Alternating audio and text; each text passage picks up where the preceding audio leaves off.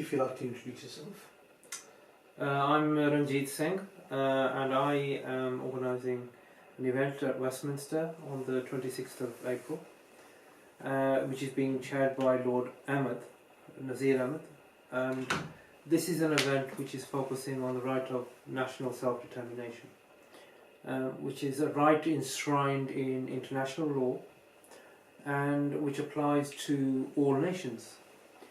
It is a fundamental part of humanitarian law, and it has been given precedence in the bedrock of international humanitarian legislation, which is the 1966 Covenant on Civil and Political Rights.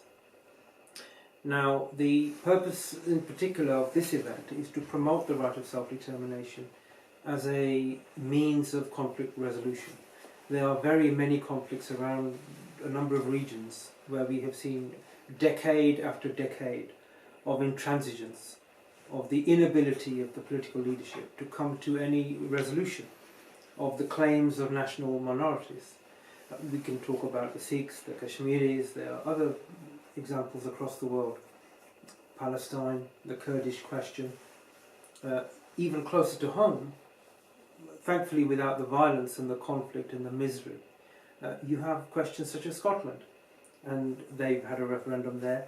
That is the kind of blueprint that we are looking for, which is a peaceful means of allowing the people themselves to determine their own future in their own homelands, and that is self-determination. Is your plight actually falling on deaf ears?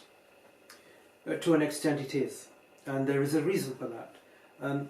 International law operates within an international system governed by a set of states. And it's the states, I speak as a lawyer, by the way, so forgive me, but it's the states who have the locus standi, generally speaking, to bring other states to book for their non-compliance with international law. And now, we've found that a lot of states will not promote the right of self-determination because they see that as a potential threat, ultimately, even to their own territorial integrity.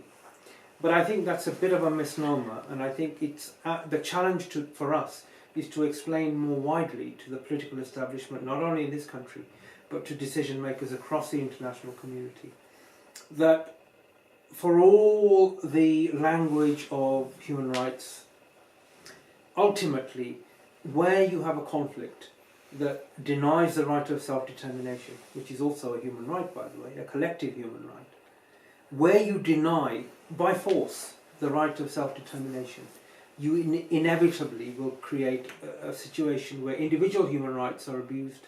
Some of the situations I've mentioned we have seen massive abuses of human rights amounting to genocide. That is not good for the international community. You have a threat that is caused to wider peace and security.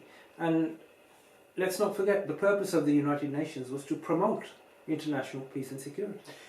However, the word of Khalistan is seen to reverberate extremism. Well, that's strange. If you talk to Alex Salmond of the SNP, and he's saying that he wants an independent Scotland, does that make him an extremist? If you talk to people who are organising the Leave campaign from the European Union, which we're currently going through here in the UK, does that make them extremists? In both cases, whether it's the Scottish nationalists, whether it's the Leave the European Union, in both cases, people are basing, quite logically, their arguments on the right of the people to determine their own future. I ask you that if you're arguing for a democratic outcome to what is often a chaotic conflict situation, is that extremism? Or is it extremism to say, actually no, might is right, armed force of a state will be imposed upon a minority, a national minority, we will trample upon their human rights, we will kill them, we will torture them, we will imprison them, and we will commit genocide. Is that an extremist view, or is the self-determination view an extremist view? And some people may counter-argue that your plight is very ambiguous. You're asking for self-determination. In fact, what you're asking for is to arms. In what way? It's to arm the nation, arm the Sikh nation.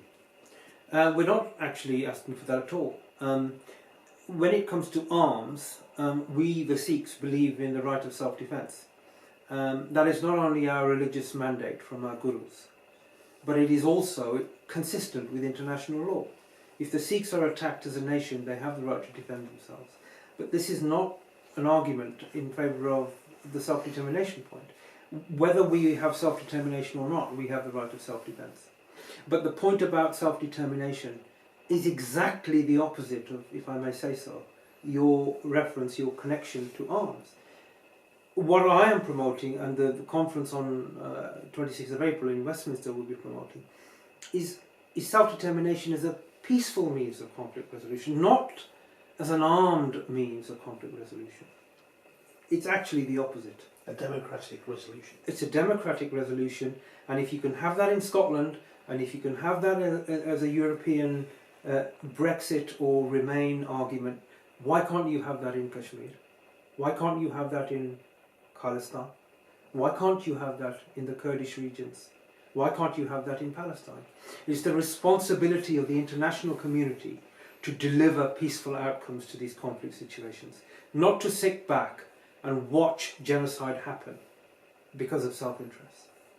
Mr. Sarai, thank you so much for taking your time out. Thank you. It's an important conference taking place on the 26th in the corridors of Westminster, and we will no doubt keep you posted on further developments.